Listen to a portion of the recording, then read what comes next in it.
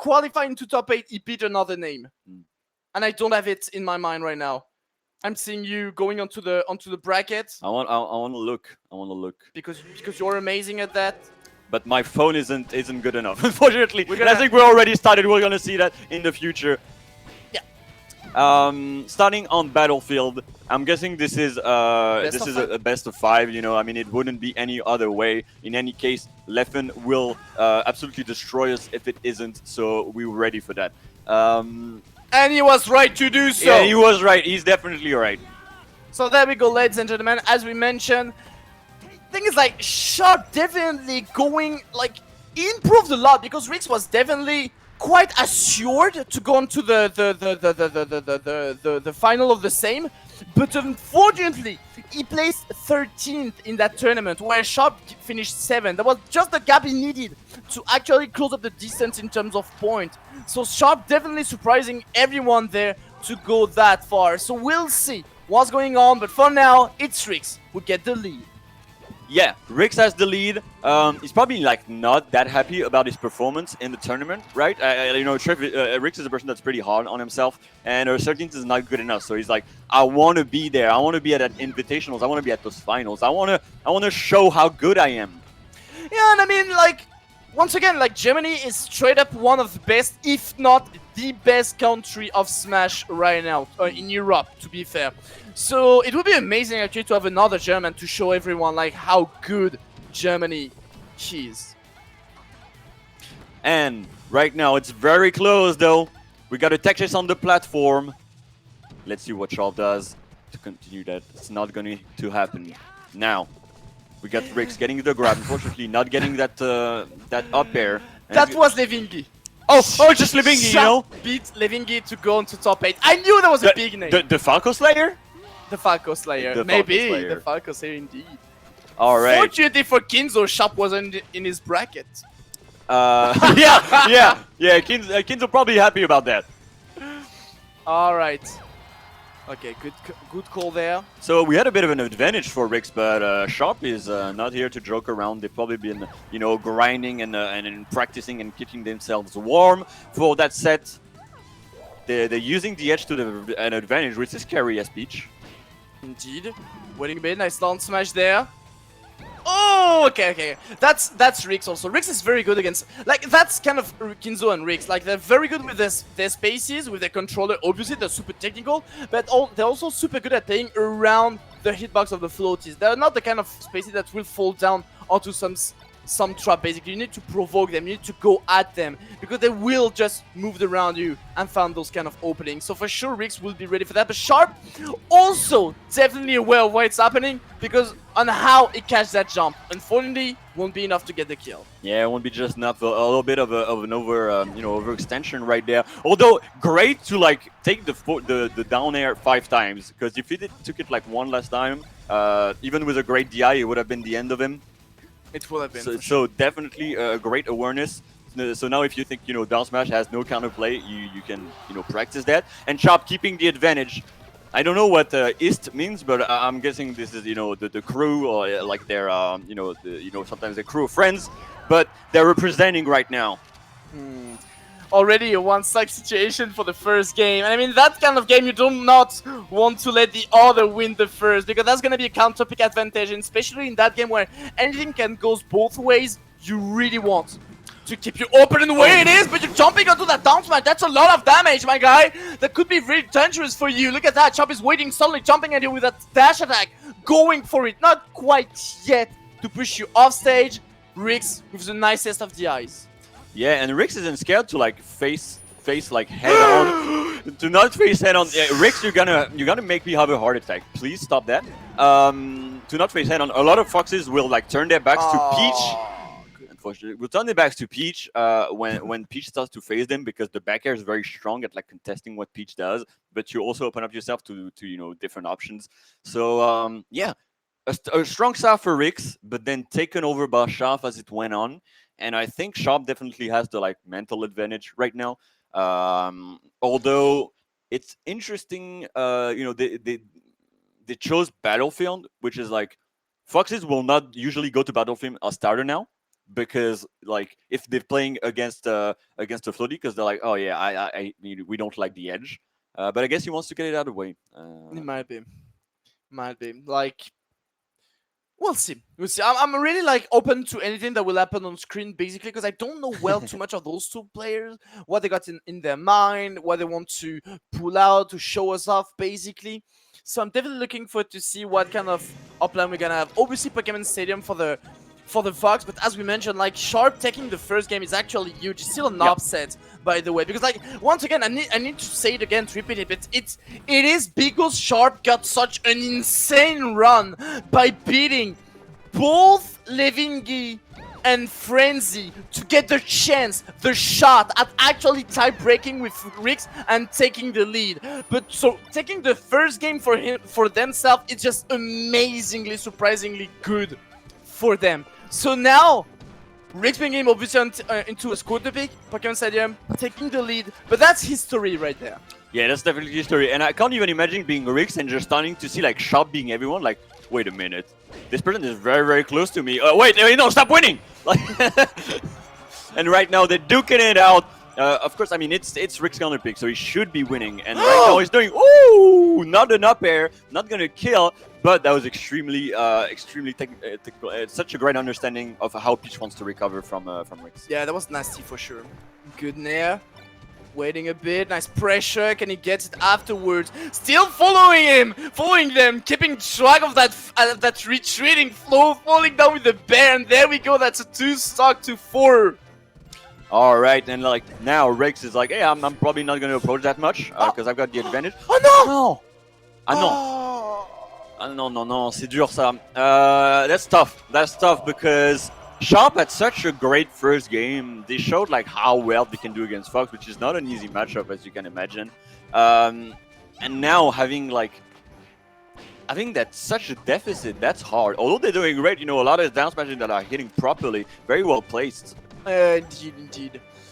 Indeed. Great tech chase. They've been going for that. They've been keeping that combo going for a while. Although now Rikzz gets a bit more advantage. Great power shield. Tries to get on the platform.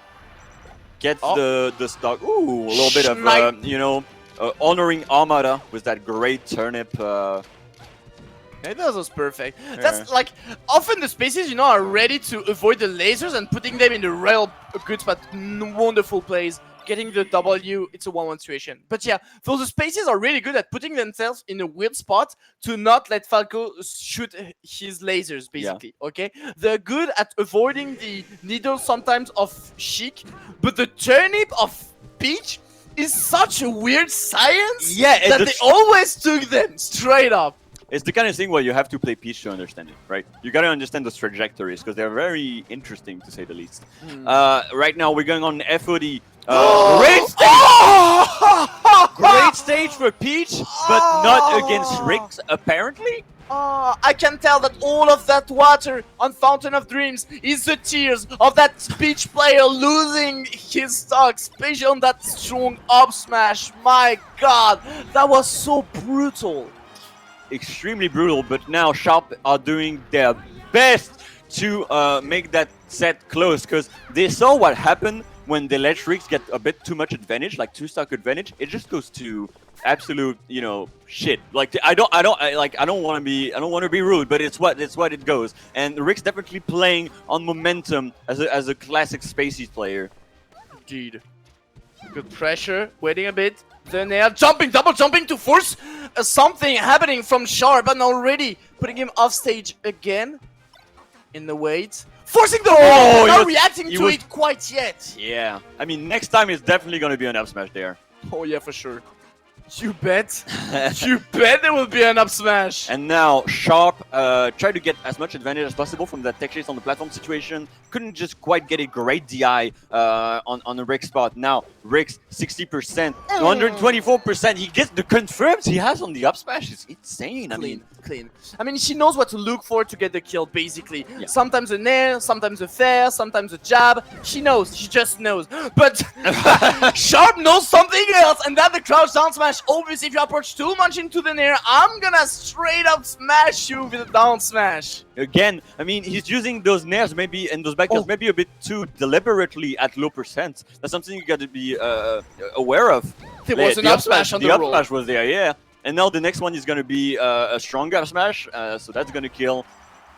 124%. We know he's going to look for that jab up smash. He's going to look for that down tilt up air, something like that. I mean, it's probably not going to convert at that percentage, but he's going to be looking for those safe but very rewarding options. Yeah, and Chop making a great job actually at going onto the guard of the Fox, finding so that up smash, killing him on the wrong side maybe, but still killing him, but killing them. But yeah, for sure, like Chop is very good at entering that area of action on the Fox. Like honestly, Rikzz is playing a lot. Sometimes, you know, staying on the ground when Chop is on the platform, staying on the platform when Chop is on the ground, like really making it hard. But Chop is still doing an amazing job at finding those openings. And also, Rikzz is not really good at avoiding the crouching. I need to say it. He took a lot of it. Yeah, he's good at DIing it, that's for sure, because he's probably used to taking it if we're seeing so many of them right now. Definitely something he can take from this set, but he's still winning in terms of percentage. As I said, that the platform mess up Peach, and you picked FOD and it bites you in the butt.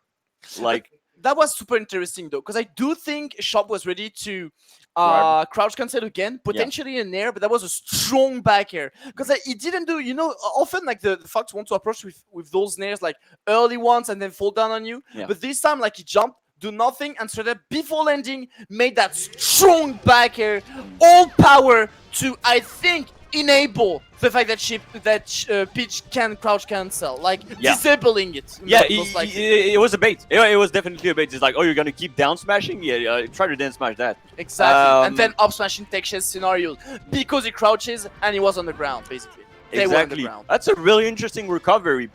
Chop was not ready for that. We know Peach has to commit to edge guarding, and he understands that very well. So that's already a 2-1 situation for Rikzz. We're on final destination. Joli ça.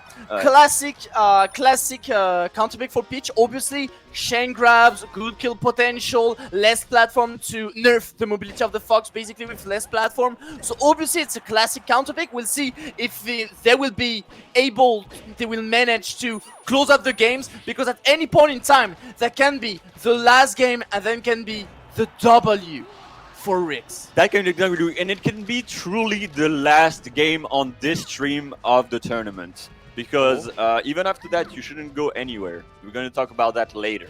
Right now we're focused on the game. 3-stock to 3-stock. It's final destination, and it's Peach's love affair with the chain grabs. Oh, Chop there. Oh, you wanna die in my dare? No. Oh my god! He get hit! So Sakurai combo! Please nerf this! Oh my god! Yeah, Sakurai coming in a bit early. We know that 5th of October is gonna be there to reveal more things, but he came just for melee right now to get Rikzz that crazy Sakurai angle up B into up air. And Rikzz using the lasers as much as he can. We haven't seen much lasers, but he's using them very well now. Oh, avoiding also the turnip wonderfully, but Sharp already ready to just take the edge straight up after to get the kill. What a sniper! What a sniper, honestly. I love that play. Yeah. And now Rikzz is playing, as you said, with his meat, basically, waiting, baiting for it to approach, waiting a bit to a defensive option, nothing, grab, up throw, up air.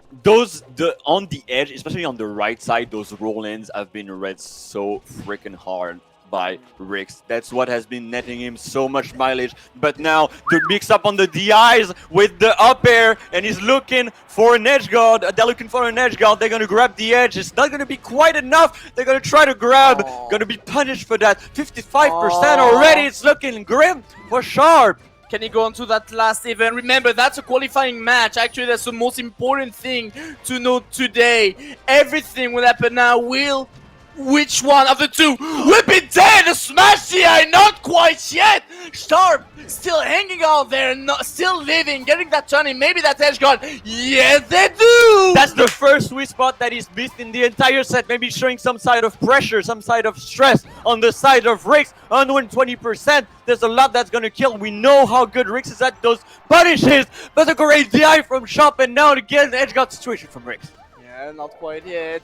We all know what can happen with a grab, with a down smash. I mean, anything. But we also all know what can happen with a drill, with a shine, with a nair. Maybe good DI. Sharp is still living right now, still surviving, still hanging up there. But control! Obviously, he read that for the 5th time in a row. He read that roll, punishing him with that up smash. Good lord, Rikzz saving his spot, still qualifying for the top 16 final invitational of the same European circuit. Congratulations to Oh la Rikzz. la! Those rolls were basically what made that set possible to be won from Rikzz.